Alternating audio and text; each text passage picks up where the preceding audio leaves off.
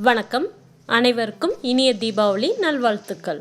இன்றைக்கி டேஸ்டியில் தீபாவளி ஸ்பெஷல் ரவா லட்டு. ஈஸியாக சிம்பிளாக சீக்கிரமே செய்யக்கூடிய ஒரு அருமையான ஸ்வீட். வாங்க எப்படி செய்யலான்னு பார்க்கலாம். கடாயில் 200 கிராம் ரவை எடுத்திருக்கேன். ரவையை பச்சை வாசனை போய் ரவையோட மனம் வர்ற வரைக்கும் மீடியம் ஃப்ளேமில் நல்லா வறுத்து எடுத்துக்கலாம். கடையிலேருந்து வறுத்த ரவைன்னு நீங்கள் வாங்கிட்டு வந்தாலும் வீட்டில் ஒரு தடவை ரவையை வறுத்துட்டு நீங்கள் ஸ்வீட் செஞ்சிங்கன்னா லட்டு செம சூப்பராக இருக்குங்க.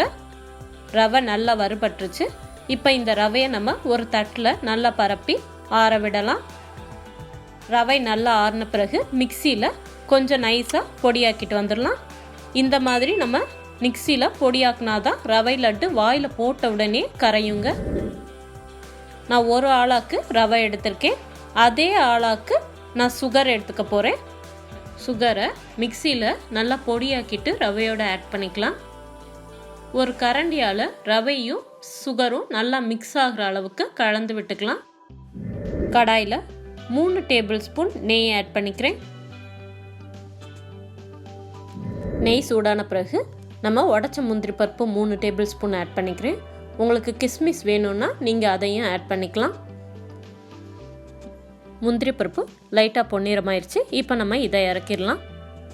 சர்க்கரையும் ரவையும் கலந்த கலவையில் ஏலக்காய் தூள் 1 டீஸ்பூன் ஆட் பண்ணிக்கலாம். நல்லா கலந்து விட்டுக்கலாம்.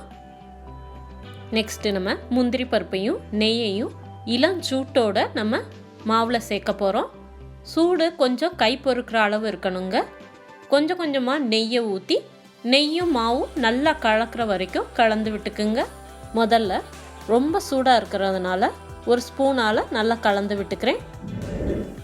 கொஞ்சம் கொஞ்சமாக நெய்யை விட்டு நம்மளோட மாவு நல்லா கலக்கணுங்க. அப்போ தான் ரவா லட்டோட டேஸ்ட்டு செம சூப்பராக இருக்கும். நான் இப்போ கை பொறுக்கிற அளவு சூடு இருக்கிறதுனால கையாலேயே நல்லா கலந்து விட்டுட்டேன். இப்போ நம்ம உருண்டை பிடிக்க ஆரம்பிக்கலாம்.